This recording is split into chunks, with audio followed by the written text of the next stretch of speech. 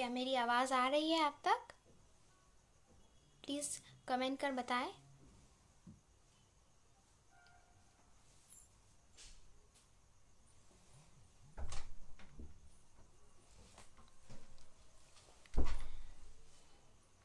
क्या मेरी आवाज़ आ रही है?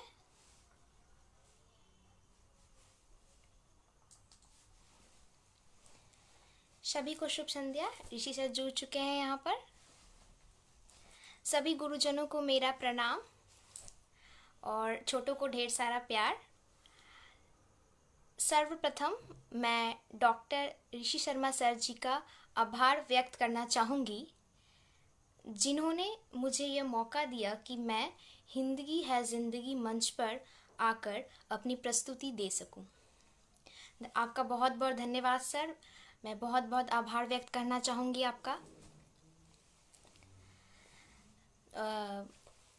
और भी लोग जुड़ चुके हैं, धन्यवाद त्रिलोक सर, आपका भी। मैं वैष्णवी कश्यप, कक्षा 7वीं की छात्रा, assembly of Christ school Barrackpore में पढ़ती हूँ।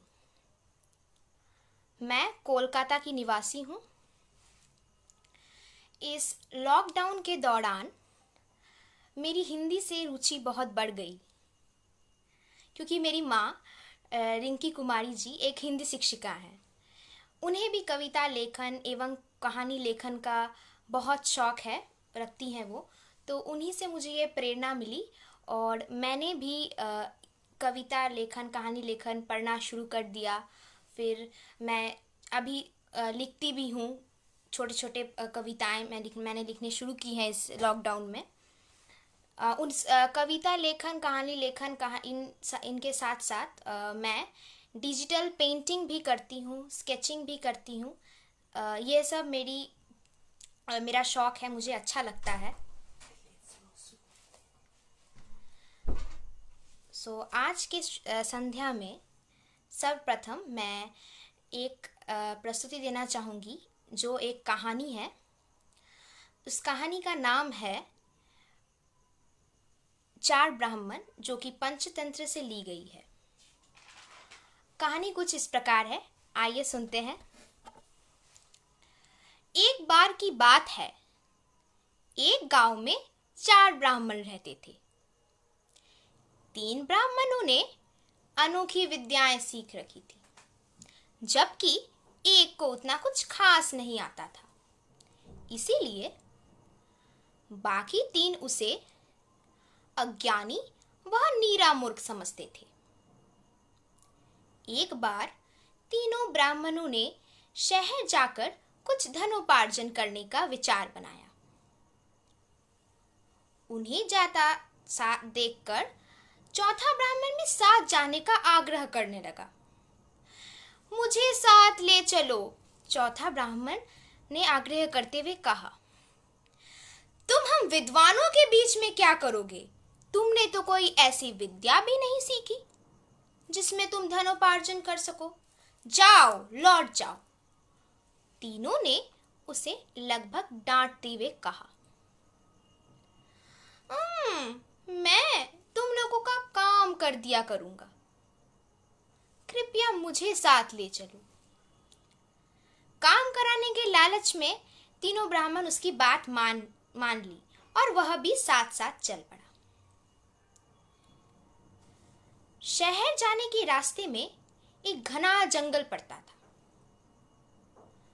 कुछ देर जाने के बाद उन्हें एक जगह ढेर सारी हड्डियां बिखरी हुई दिखाई दी।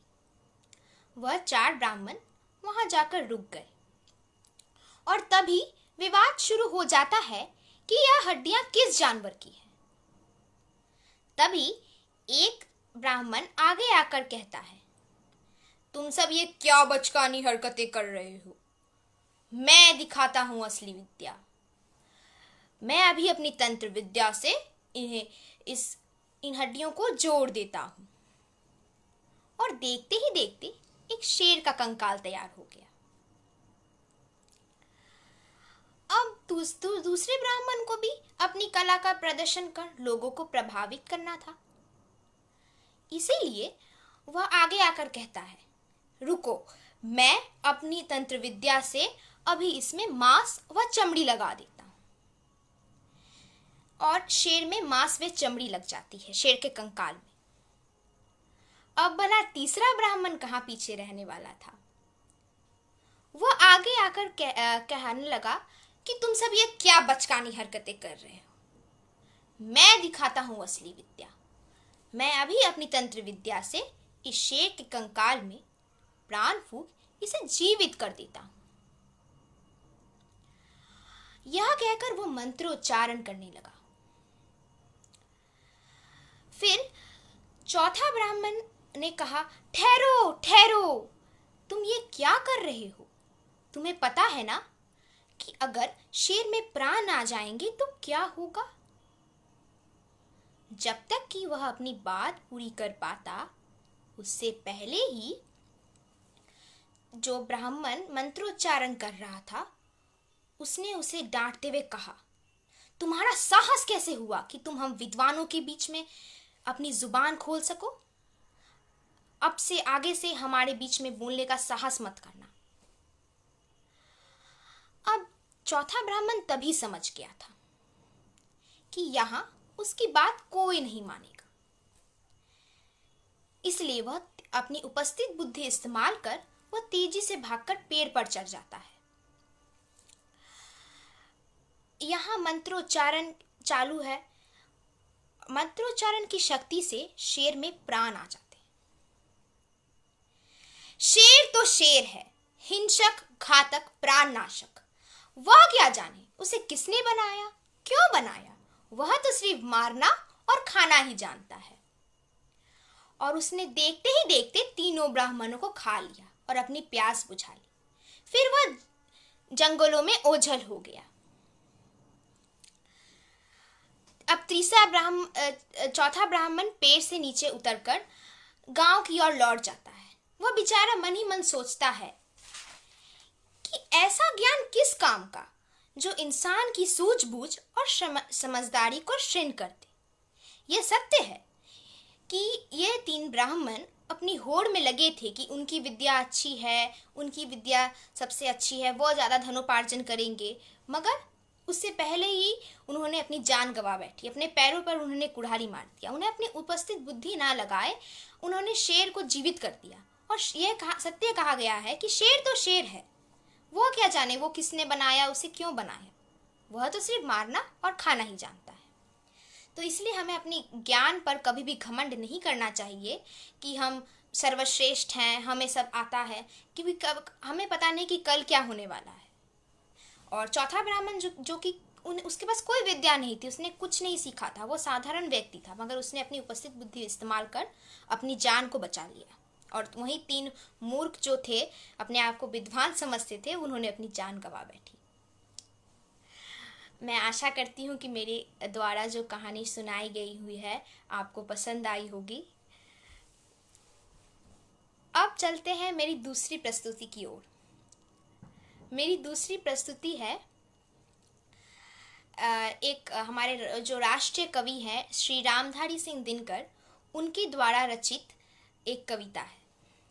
पहले मैं सर्वप्रथम मैं रामधारी सिंह दिनकर जी का परिचय देना चाहूँगी, उसके बाद मैं कविता का आरंभ करूँगी। दिनकर जी का जन्म बिहार के मुंगेर के सेमरिया गांव में 30 दिसंबर 1908 को हुआ था। सन 1952 में वह राज्यसभा के सदस्य मानित हुए। पद्म भूषण से अलंकित किए गए संस्कृति के 4 अध्याय पुस्तक के लिए साहित्य अकादमी और उर्वशी जैसे महाकाव्य के लिए उन्हें ज्ञानपीठ पुरस्कार से पुरस्कृत किया गया। दिनकर जी की प्रमुख कविताएं हैं हुंकार, कुरुक्षेत्र, परशुराम की प्रतीक्षा। उनकी कविताएं शौर्य और अवगुण से परिपूर्ण पाठकों में मान और वीरता का साहस भरती है। ये बात सत्य है।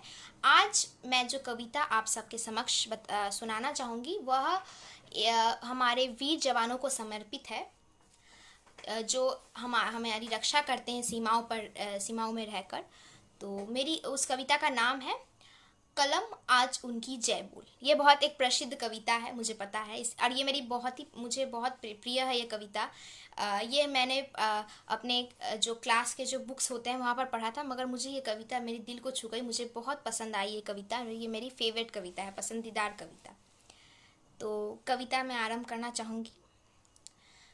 कलम आज उनकी जय बोल, जला अस्थियां बारी बारी, छिटकाई जिसने चिंगारी, जो चढ़ गए पुण्य वेदी पर, लिए बिना गर्दन का मोल। कलम आज उनकी जय बोल, कलम आज उनकी जय बोल। जो अनगिनत लघु दीप हमारे, तूफानों में एक किनारे, जल जला कर बुझ गए, किसी दिन मांगा नहीं स्नेह मुंह खोल। कलम आज उनकी जय बोल, कलम आज उनकी जय बोल। पीकर जिनकी लाल शिकाएं, उगल रही लू लपट दिशाएं, जिनकी सिंगना हाथ से सहमी धरती अभी तक डोल। कलम आज उनकी जय बोल, कलम आज उनकी जय बोल। अंधा चका चौंद का मारा, क्या जाने इतिहास बेचारा, साक्षी है उनकी महिमा के, सूर्य चंद्रमा भूगोल खगोल। कलम आज उनकी जय बोल, कलम आज उनकी जय बोल। धन्यवाद। मैं आशा करती हूँ कि मेरी द्वारा ये कविता की प्रस्तुति आपको पसंद आई होगी। कृपया कमेंट कर बताएं। अब मेरा जो तीसरा है जो प्रस्तुति है वो भी एक कविता है, जो प्रसिद्ध कवि डॉक्टर हरिवंश राय बच्चन द्वारा रचित है। उनका भी मैं परिचय देना चाहूँगी सर्वप्रथम। हिंदी काव्य जगत में के लोकप्रिय कवि डॉक्टर हरिवंश राय बच्चन जी का जन्म इलाहाबाद में सन 1907 में हुआ था। इन्होंने प्रयाग और काशी में शिक्षा प्राप्त की। इसके बाद कैम्ब्रिज विश्वविद्यालय से अंग्रेजी साहित्य में इन्होंने डॉक्टरेट की उपाधि प्राप्त की। इन्होंने कुछ समय तक इलाहाबाद विश्वविद्यालय में अध्यापन का भी कार्य किया है। उसके बाद वह मंत्रालय से जुड़ गए और भारत सरकार की सेवा में वह दिल्ली आ पहुंचे। इनकी मृत्यु 18 जनवरी 2003 में हुई थी। इनकी कुछ प्रमुख रचनाएं हैं मधुशाला, मधुबाला, ये सब। तो आज मैं जो ये कविता है, ये इससे मुझे बहुत ही ज़्यादा प्रेरणा मिलती है। ये कविता का शीर्षक ही हमें बताता है कि हमें ये कविता का शीर्षक ही इसका पूरा भाव व्यक्त कर देता है। इस कविता का शीर्षक है हिम्मत करने वालों की हार नहीं होती। आइए, कविता कुछ इस प्रकार है।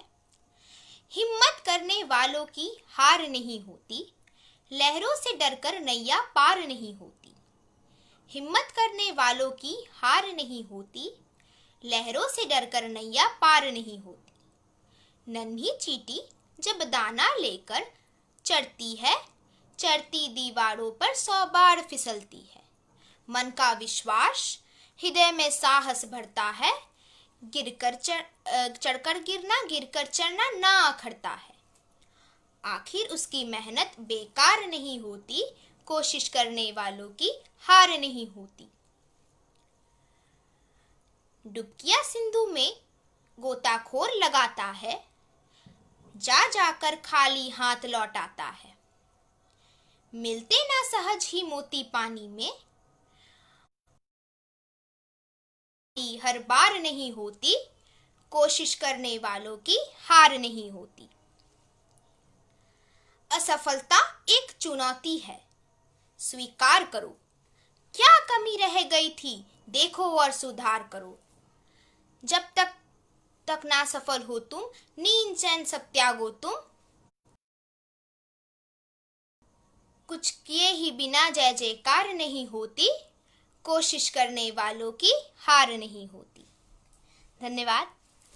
आशा करती हूँ ये भी कविता जो मेरे द्वारा सुनाई गई हुई है वो आपको पसंद आई होगी। कृपया कमेंट कर बताएं। मेरी परीक्षाएं भी सर पर थी, तभी भी मैंने जब सुना कि ऋषि सर ये आयोजित कर रहे हैं बाल सभा, तब मैंने इस पर बढ़ चढ़कर हिस्सा लेने का सोचा और मैंने ऐसा किया।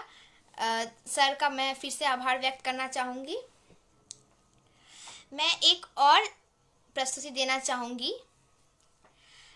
जो जो कि मेरी एक स्वरचित कविता है। मैंने अभी आपसे कहा था कि मैं अभी मैंने लिखना शुरू किया है। तो मेरी एक स्वरचित कविता है, बहुत छोटी कविता है मगर इसका भाव बहुत बड़ा है। मैं इस कविता का शीर्षक आपको बताना चाहूँगी, कौन हो तुम। आप कृपया कमेंट कर बताएं कि मैं ये कविता किसके बारे में कह रही हूँ। जब मैं इसे जब इसकी शुरुआत करूँ तो आप बताइएगा कि मैं किस व्यक्ति के बारे में ये कविता समर्पित करना चाहूँगी। कविता कुछ इस प्रकार है। जब मैं जागूं तुम्हें पाया, जब मैं सोऊं तुम्हें पाया, जब मैं कहीं जाऊं तुम्हें पाया, जब मैं दुख में होती तुम्हें पाया, जब मैं खुश होती तुम्हें पाया। तू ही मेरी साथी है, तू ही मुझको प्यारी है, तू ही मेरी जान है, तू ही मेरी संसार है। तू कौन है, कौन है तू? मेरी माँ। जी हाँ, ये मेरी माँ। ये कविता मैं अपनी माँ को समर्पित करना चाहूँगी, जिन्होंने मुझे हर समय प्रेरणा दी, मेरे साथ हर समय वह रही। मेरे साथ हर समय वो रही, हर काम के में, जब मैं सोती हूँ, जब मैं जागती हूँ, जब मैं कहीं जाती हूँ, जब मैं खुश होती हूँ, जब मैं दुखी होती हूँ, हर पल मेरी माँ मेरे साथ रहती है। इसलिए मैंने सोचा कि जब मैं लिखना शुरुआत करूँ तो मैं अपनी माँ से ही क्यों ना शुरू करूँ। तो मुझे ये कविता बहुत प्रिय है, मुझे बहुत अच्छी लगती है। धन्यवाद माँ, आपने जो मेरे साथ रहा है और मेरा साथ देती रही है हर पल। उम्मीद करती हूँ कि मेरे द्वारा की गई रचनाएं और मेरी स्वरचित कविता आप सबको पसंद आई होगी। धन्यवाद सुषमा मैम, धन्यवाद अंजू मैम, धन्यवाद सर आपका, धन्यवाद नीरू मैम। आप सब जुड़े हैं यहाँ पर, मेरा उत्साह आपने बढ़ाया। इतने सारे लोग आप लोग जुड़े और आप लोग ने मेरा उत्साह सराहनीय किया। मैं फिर इस हिंदगी है ज़िंदगी पटल पर आना चाहूँगी अगर मुझे मौका मिला। मैं पुनः आभार व्यक्त करना चाहूँगी डॉक्टर ऋषि शर्मा सर जी का। सर आपका बहुत बहुत धन्यवाद, आपने जो मुझे ये मौका दिया कि मैं इस हिंदी है ज़िंदगी पटल पर आकर ये बाल सभा की शुरुआत करूँ। धन्यवाद सर आपका, मुझे बहुत बहुत धन्यवाद।